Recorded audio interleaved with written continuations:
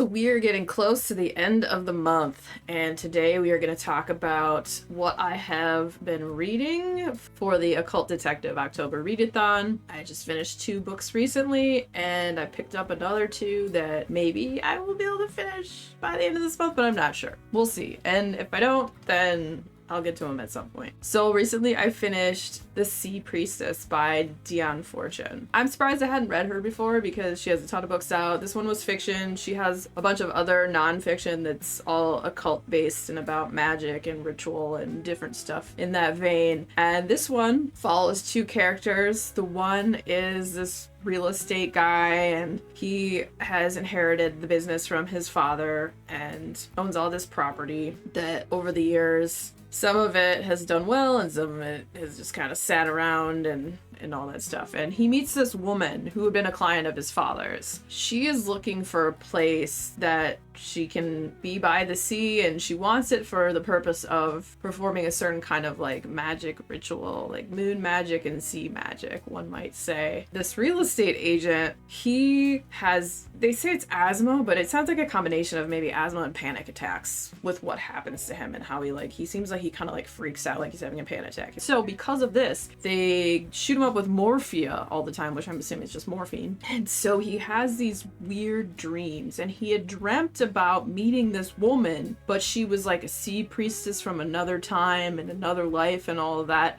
And so he has this weird like intuition and look into like reincarnation and whatnot. And so they meet each other and they go on a journey of sorts. Once they find the proper place by the sea, he's gonna fix it up for her, and they enter into this strange relationship. They talk about these other realms and stuff of the moon and magic and all sorts of stuff. And it was really fascinating. You know, it's heavily occult based, and it was just really weird and intriguing. I enjoyed this one a lot more than Moonchild, which I read earlier this month by Aleister Crowley. I just thought this one was a little more tethered to the earth, and like the story flowed well. The writing was really great. I enjoyed my time with it. It was intriguing. It was weird. You could see where she's pulling elements of actual occult practice into it, and I thought it was pretty great. So I would definitely recommend that one. And then after that, I read the X-Files Archives Volume 3. I was gonna get Volume 2, but when I went to try to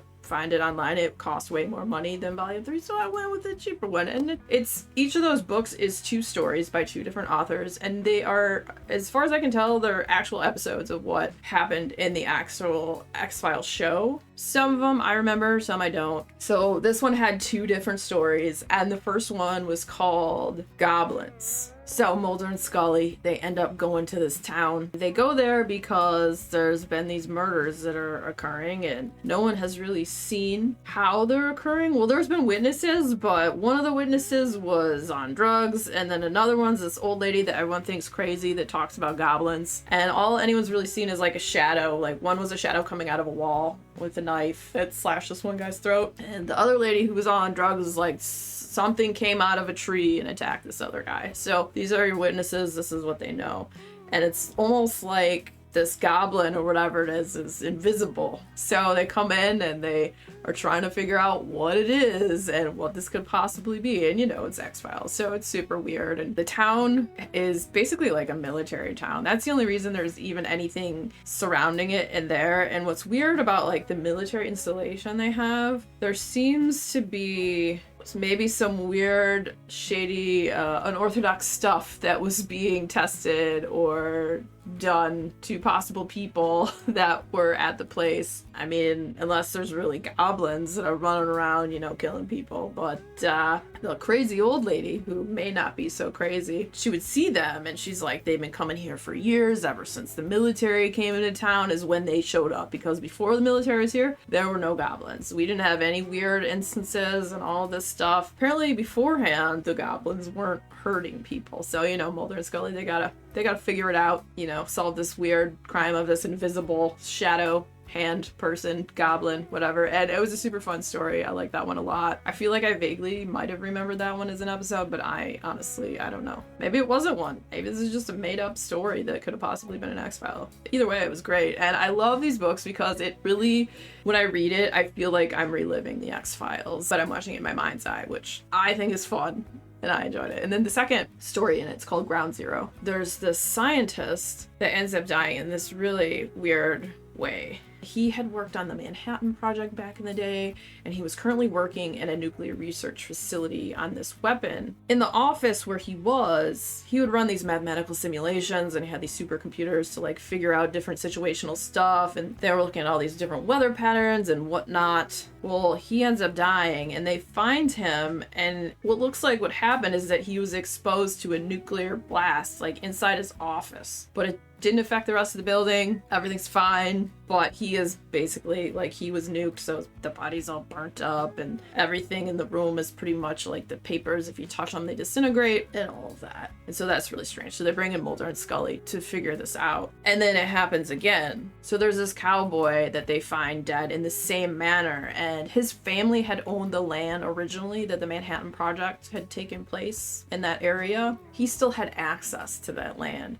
But there was a whole bunch of stuff, so no one really knew the name of the person who had prior owned that land, because there was a whole thing of the cover-up, and his family named the McDonald's, da-da-da-da. Anyway, so he still had access to that land. So he lived out that way still, and he would go and have campfires and sit out there under the stars and eat and visit it once a week. And the same thing happened to him. Him and his horse were exposed to some weird, like really just closed area, confined nuclear blast that killed him. And so they got to figure out what is causing this. And it gets super weird and paranormal. The common denominator, because there ends up being a few more deaths in this manner, is each of these people was sent like a little packet of this mysterious like powder, sand, something. And that has to do with what is causing these deaths. But I will not tell you in case you read this book. But it was a lot of fun. If you like the X-Files, these books are awesome. It like puts you right back in there, like you're reliving them. I had a lot of fun with that. If you've seen some of my other videos for the occult detective stuff, I had been reading a series called the Warlock Holmes series, which is paranormal mysteries in the vein of Sherlock Holmes, but it's all paranormal and weird. There's weird creatures and magic and mayhem. It's funny, it's ridiculous. So I had the first 3 books and I loved them. I read through them so fast. So I picked up the next 2 books in the series, which I think are the final 2. I thought maybe there was 6, but it seems there's only 5. I'd have to double check. I can't 100% say that, but I think these are the last 2. So we got book 4, The Sign of 9, and then book 5, The Finality Problem. And we're gonna have a little story time with Sin, and I'll tell you what these ones are about.